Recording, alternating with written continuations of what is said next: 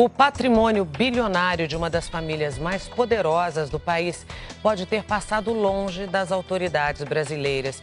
O Domingo Espetacular conversou com exclusividade com o homem que ajudou durante 3 décadas herdeiros do Grupo Globo a esconder no exterior milhões de dólares. É a primeira vez que um doleiro preso e condenado na Operação Lava Jato fala com uma emissora de TV. Ele revela os bastidores das remessas de dinheiro vivo à emissora carioca e como os irmãos Marinho conseguiram driblar a fiscalização e sonegar impostos. A reportagem é de Lucas Rocha, Silvestre Serrano e Ana Albini.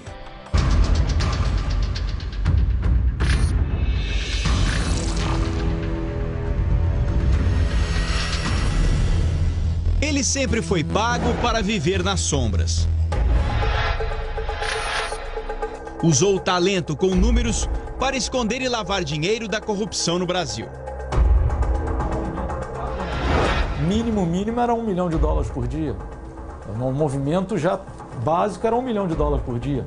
A Record TV é a primeira emissora do país a conversar com o doleiro preso e condenado na Operação Lava Jato. Foram 2 meses de negociações. Depois que você está preso, tudo é um choque. Cláudio Barbosa, conhecido como Tony, vai revelar com exclusividade o que só contou a justiça: os milhões de dólares não declarados por empresários e políticos do país. Na lista de clientes mais antigos, o ex-governador do Rio, Sérgio Cabral, o ex-presidente da Câmara, Eduardo Cunha, executivos da Odebrecht e uma das famílias mais poderosas do Brasil, a família Marinho, dona de um dos maiores grupos de comunicação do país. Eu posso falar que eu atendi, de Tony, desde que eu entrei na empresa, se atendia o Aleixo e se atendia a Globo, desde anos. Eu entrei em 86, 87, desde que eu tenho conhecimento, que eu sempre estou na tesouraria, eu atendi, ou seja, isso nunca parou. Parou quando eu fui preso. O Domingo Espetacular mostra agora quem é o doleiro que sabe como ninguém esconder o dinheiro sujo. Ele é o homem escolhido por 2 herdeiros do Grupo Globo para fazer negócios. A lavagem de dinheiro para a emissora carioca era sistemática e os valores não eram pequenos, o que mostra que a operação não era para o executivo, e sim para a empresa. Os valores, ele não me chamava para pedir $10 mil, referente em reais. Então eram sempre valores de $200 mil a $300 mil em real. Normalmente era R$500 mil, R$1 milhão. O período disso, quanto era por semana ou por mês, eu não tenho aqui de cabeça, está entregue no Ministério Público desde 2018 e tem um extrato dessa movimentação no meu sistema. Então eu não lembro aqui quanto era de cabeça, mas vamos lá, a cada 10 dias eram $300 mil. Posso falar que era assim. O nosso encontro é no escritório de advocacia no centro do Rio de Janeiro. Tony chegou ao local da entrevista de metrô. Situação incomum para quem movimentava $1 milhão por dia, ou R$5 milhões.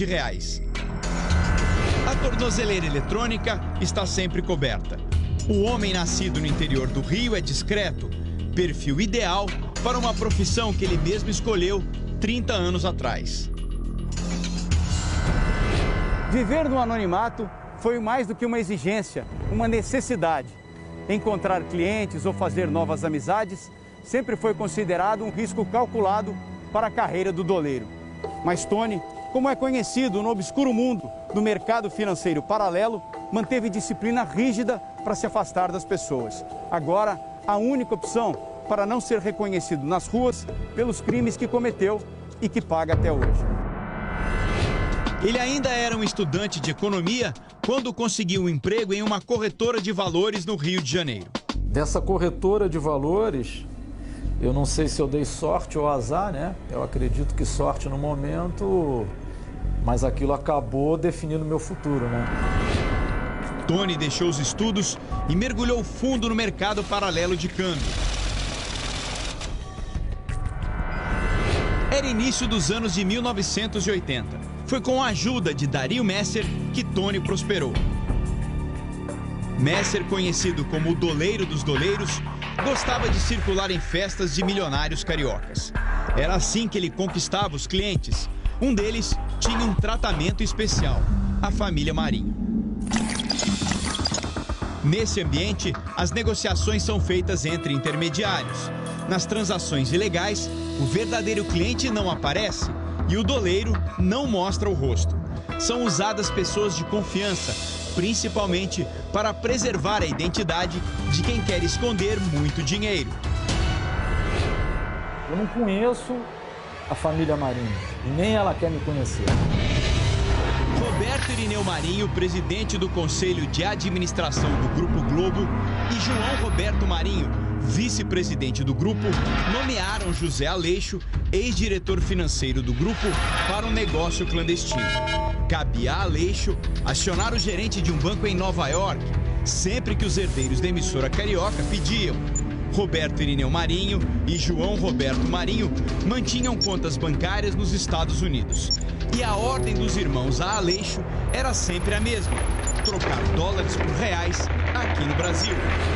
Eu tenho a pessoa de Nova York que controla a conta corrente no exterior, que tem acesso às offshore, às empresas no exterior. E eu tenho a pessoa no Rio de Janeiro, estou falando antes de eu ser preso, 2017, a pessoa que tinha que receber os reais. Eu tinha que entregar para alguém o dinheiro. Esse dinheiro, por acaso, era um ex-diretor da Globo, tá? Anteriormente, como falou o Dario Messer, a gente entregava na Rede Globo. Eu sabia que ele era um executivo da TV Globo. A sede da emissora foi endereço fixo das entregas dos doleiros até o ano de 2003. Tony tinha uma exigência: deixar das mãos de Aleixo os dólares da família Marinho. Quando ele desporta, é numa sala. Então a gente sempre... Eu não aceito garagem. Garagem parece coisa de traficante, eu não aceito garagem. A entrega na garagem não existe, isso é coisa de televisão ou traficante. Eu entrego em sala. Então, no caso da Globo específico, eu não posso afirmar agora porque tem muitos anos, mas com certeza era na sala do Aleixo, porque eu chego na portaria e tenho que identificar. Então eu sempre mandava um garoto antes, um funcionário, para ele chegar na portaria e para o guarda: olha, eu tenho que entregar algo para o José Aleixo. Ele já comunicava, vê se o cidadão não está no almoço, vê se ele não está ocupado, vê se ele está sabendo da encomenda, para quando a minha equipe chegar, não ficar parada na rua com R$1 milhão. E como todo bom cliente, os cuidados eram redobrados. Para evitar assaltos e até uma blitz da polícia no caminho, a mesa de câmbio pagava por carros blindados e até uma transportadora de valores com seguranças armados era acionada, dependendo do tamanho da entrega. Era preciso garantir o serviço aos irmãos Marinho. Eu tinha para entregar dinheiro, normalmente uma transportadora de valores. Então essa empresa já era um banco clandestino para a gente. Então eu guardava dinheiro lá e ela fazia as entregas para mim. Então eu tinha essa opção que a gente passou a usar. Eu tinha a opção de seguranças meus com rapazes meus. Só que a gente não usava mochila, pasta. O que está na mão, pode qualquer ladrão de rua te assaltar e de repente ter R$1 milhão. Então a gente delimitava o risco. Se eu tenho uma entrega de R$1 milhão no centro do Rio, eu dividia em 3 vezes. E eu fazia com dinheiro na perna dos portadores. Eles punham aí essas meias grandes, põem o dinheiro na perna e ali ele tem em cada perna R$200 mil. Então, ou seja, 2 pernadas você já entregou 400 mil. Isso no centro do Rio. Se fosse dinheiro como São Conrado, a transportadora... São Conrado era o endereço do então diretor financeiro do Grupo Globo, José Aleixo. A partir de 2003, as remessas de dinheiro passam a ser entregues na casa de Aleixo. Foi neste ano que toda a estrutura usada para atender a família Marinho se mudou para o Uruguai. O controle e a fiscalização sobre o sistema financeiro estavam cada vez mais rigorosos no Brasil. Montar uma mesa de câmbio em Montevidéu foi a saída para manter os negócios e a clientela. Tinha essa impressão que no Uruguai você faz tudo. E normalmente você chega no Uruguai, metade é advogado, metade é doleiro. Então a gente estava bem à vontade. Tony entregou à justiça, em acordo de delação premiada, um computador com os extratos das operações com a família Marinho. São comprovantes de entregas de dinheiro na casa de Aleixo. O diretor faleceu em 2018. As transações foram interrompidas um ano antes. Motivo: Tony foi preso. Na minha contabilidade, eu devo ter movimentado uns 15 a 20 milhões de dólares. 15 milhões de dólares ou quase 80 milhões de reais em valores atualizados. Isso em apenas 5 anos de entrega aos irmãos Marinho.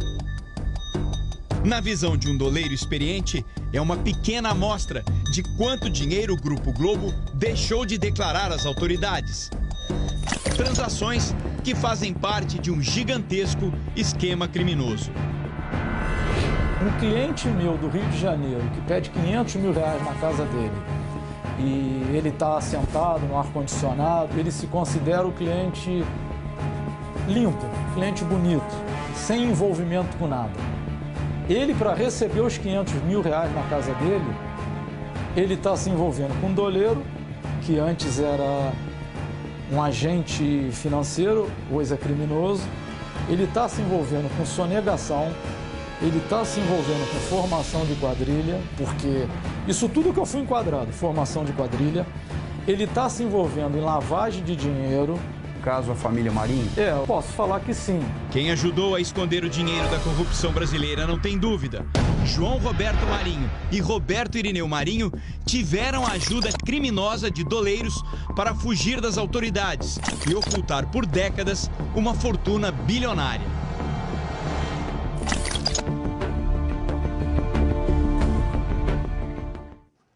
Nós procuramos a TV Globo, mas a empresa não respondeu à reportagem. As defesas do ex-governador Sérgio Cabral e do ex-deputado Eduardo Cunha também não se manifestaram. A construtora Odebrecht disse que colabora com as autoridades desde 2016. A empresa diz também que fez acordos no Brasil e nos Estados Unidos com autoridades e que tem hoje controles internos rigorosos que reforçam o seu compromisso com a ética, a integridade e a transparência.